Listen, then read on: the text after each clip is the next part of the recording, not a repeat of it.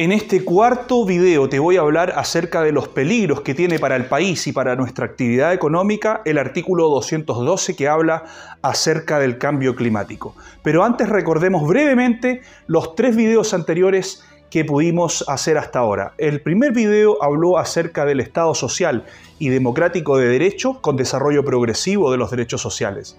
El segundo video habló acerca de los peligros para tus derechos fundamentales de darle el poder al Congreso para cambiarlos vía ley simple. Y el tercer video habló acerca de los pueblos indígenas y los derechos colectivos. En este cuarto video vamos a estudiar el artículo 212 que dice lo siguiente. El Estado implementará medidas de mitigación y adaptación de manera oportuna, racional y justa ante los efectos del cambio climático.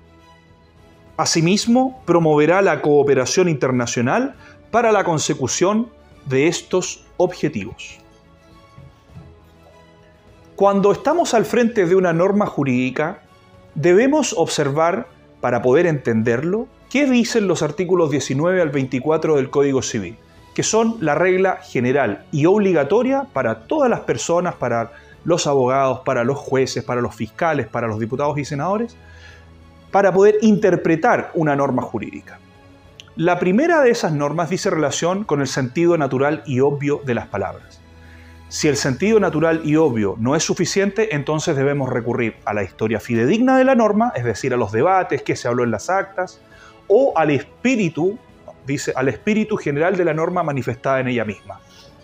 Entonces, debemos ver qué significa, en un sentido natural y obvio, la frase medida de mitigación. Se mitiga algo que se considera grave, urgente o preocupante. No se mitiga algo que se considera superficial o sin importancia.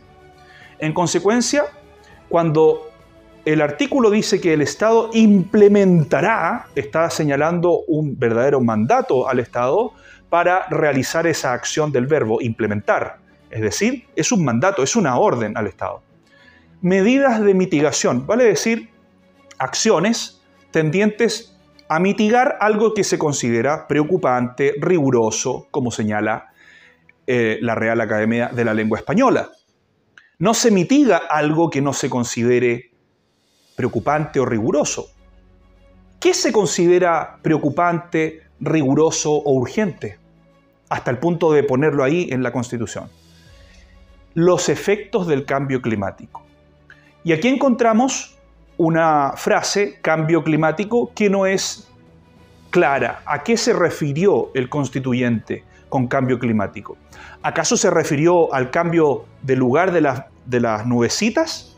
¿Se refirió acaso a que un año es más seco que otro o más lluvioso que otro? ¿Acaso se refirió a que en una década llueve más que en la otra? ¿O en realidad se está refiriendo a la tesis del cambio climático de causa humana? Al revisar la historia fidedigna, ya que debemos recurrir a ella por lo oscuro de esta frase, vemos de forma indubitada que los constituyentes, los expertos y los consejeros electos se estaban refiriendo al cambio climático de causa humana o también llamado cambio climático antropogénico, que es una tesis difundida por el IPCC de la ONU que dice lo siguiente. El ser humano, desde la revolución industrial, ha emitido gases de efecto invernadero a la atmósfera, los cuales se están acumulando en la atmósfera y que la radiación solar, al ingresar a la atmósfera, no puede escapar con esa energía y por lo tanto se estaría calentando el planeta. Eso, en palabras muy simples, es el cambio climático de causa humana o antropogénico. Vemos entonces que la Constitución está haciendo suya esta tesis que es absolutamente controvertida en la comunidad internacional científica. Existen miles de científicos, miles de meteorólogos a nivel mundial, incluyendo premios Nobel, que señalan que esta tesis es falsa y que no existe ningún tipo de evidencia que señale que el ser humano es causante del aumento de la temperatura del planeta. Por dar tan solo un ejemplo, un consorcio de científicos viajó a Groenlandia con una nueva técnica para poder medir cuál era la temperatura de la atmósfera al momento de la cristalización del hielo. Sacaron un testigo de muchísimos metros bajo la Tierra y así pudieron calcular cuál era el promedio de la temperatura de la atmósfera en los últimos 10.000 años. ¿Qué arrojó este estudio?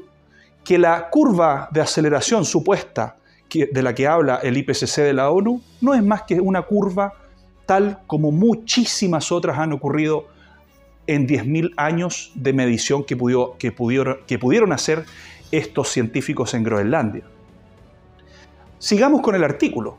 El artículo dice que implementará de manera oportuna, racional y justa estas medidas de mitigación y adaptación. ¿Quién define qué significa oportuno, racional y justo? Nadie. Se deja todo el poder al Congreso Nacional. Finalmente, este artículo da una acción al Estado al decir, promoverá la cooperación internacional para la consecución de estos objetivos. ¿Cuáles objetivos? No se sabe cuáles. No se sabe cuáles son las metas.